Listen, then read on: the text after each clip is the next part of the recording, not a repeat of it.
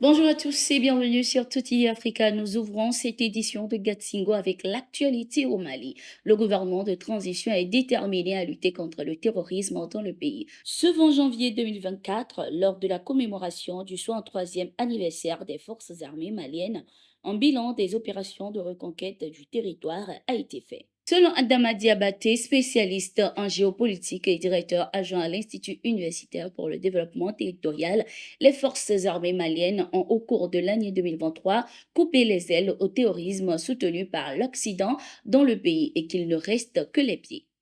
Il y a des réactions, des résistances résiduelles de la part des mercenaires payés par l'Occident, mais c'est normal, on est en lutte depuis 12 ans déjà. C'était des parasites appelés djihadistes qui ne sont que des gens payés par l'Occident pour nous déstabiliser afin de mieux nous voler, exploiter nos ressources. Aujourd'hui, on a coupé les ailes. Il reste à casser maintenant les pieds pour finalement en faire des gibiers, a-t-il affirmé.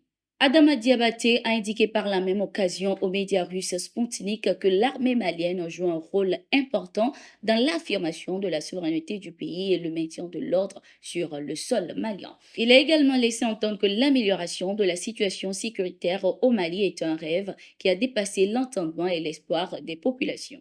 Au Sénégal, les opposants Ousmane Sonko et Karim Wade ne sont pas candidats à la prochaine élection présidentielle. Leur nom ne figure pas sur la liste définitive publiée par le Conseil constitutionnel sénégalais pour la présidentielle du 25 février 2024. Pour l'opposant Ousmane Sonko, la Cour constitutionnelle a indiqué que sa condamnation de 6 mois avec sursis dans l'affaire qui l'opposait au ministre du Tourisme, Mame Mbaye Niang, le rend inéligible pour une durée de 5 ans.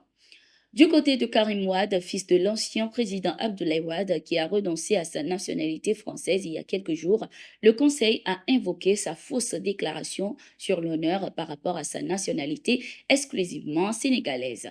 Dans leur argumentaire, les juges estiment que sa rénonciation à sa nationalité française est intervenue tardivement. Ils ont indiqué qu'au moment de la publication de la note du ministère de l'Intérieur de la France le 16 janvier 2024, le candidat du PDS avait déjà déposé sa candidature, ce qui a fait dire au juge qu'au moment du dépôt de son dossier de candidature, Karim Wade n'était pas exclusivement sénégalais. En République démocratique du Congo, le président Félix Tshisekedi a été officiellement investi président ce 20 janvier 2024. Vainqueur des élections de décembre 2023, Félix Tshisekedi a prêté serment pour un second mandat de 5 ans dans un climat politique et sécuritaire tendu. Des milliers de personnes et une vingtaine de chefs d'État africains étaient présents à cette cérémonie. Dans son discours d'investiture, Félix Tshisekedi a pris l'engagement d'observer et de défendre la Constitution ainsi que les lois de la République.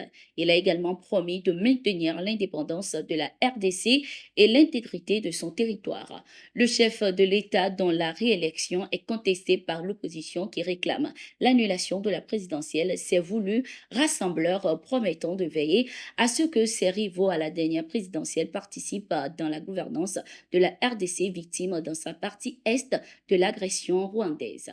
Le président sortant du Libéria, Georges Weah, a exhorté et a prodigué des conseils à la nouvelle administration ce 17 janvier 2024 pour favoriser leur adhésion dans le souci de préserver la démocratie et d'instaurer la paix dans le pays. Ces conseils prodigués à Monrovia lors de l'inauguration du bâtiment du ministère des Affaires étrangères ont un autre sens de gestion des affaires du pays.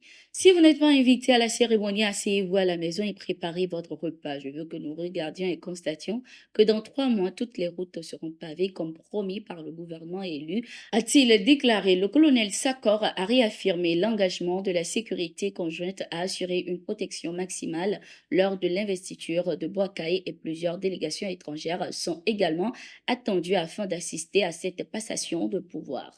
Au Burkina Faso, un chef terroriste et ses collaborateurs ont été neutralisés par les forces armées ce 21 janvier 2024 dans la zone de Marcoye au nord du pays. Selon les informations, l'un des chefs terroristes, accompagné de ses collaborateurs, sont entrés sur le territoire burkinabé en direction de la localité d'Oueldi avec un pick-up rempli d'armes et de munitions.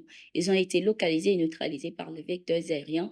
Les forces armées burkinabées ont par la suite détruit leur position avec précision à l'aide d'un missile. Comment avoir de meilleurs résultats dans cette année 2024? Quels sont les défis et quelles solutions y proposer? C'est autour de toutes ces questions que le Groupement national des entrepreneurs BTP au Togo s'est réuni ce 19 janvier 2024 à travers une soirée détente. Le Groupement national des entrepreneurs BTP, avec à sa tête Yao Toubé, veut se redynamiser. Une occasion également pour le président de présenter ses vœux de nouvel an et de galvaniser ses membres. Notons que cette soirée s'est déroulée dans une ambiance bon enfant, de danse et de fou rire. Elle a également permis de consolider les relations entre les membres. C'était tout pour cette édition. Merci d'être resté avec nous. Nous sommes en continu sur nos différentes plateformes. À tout de suite.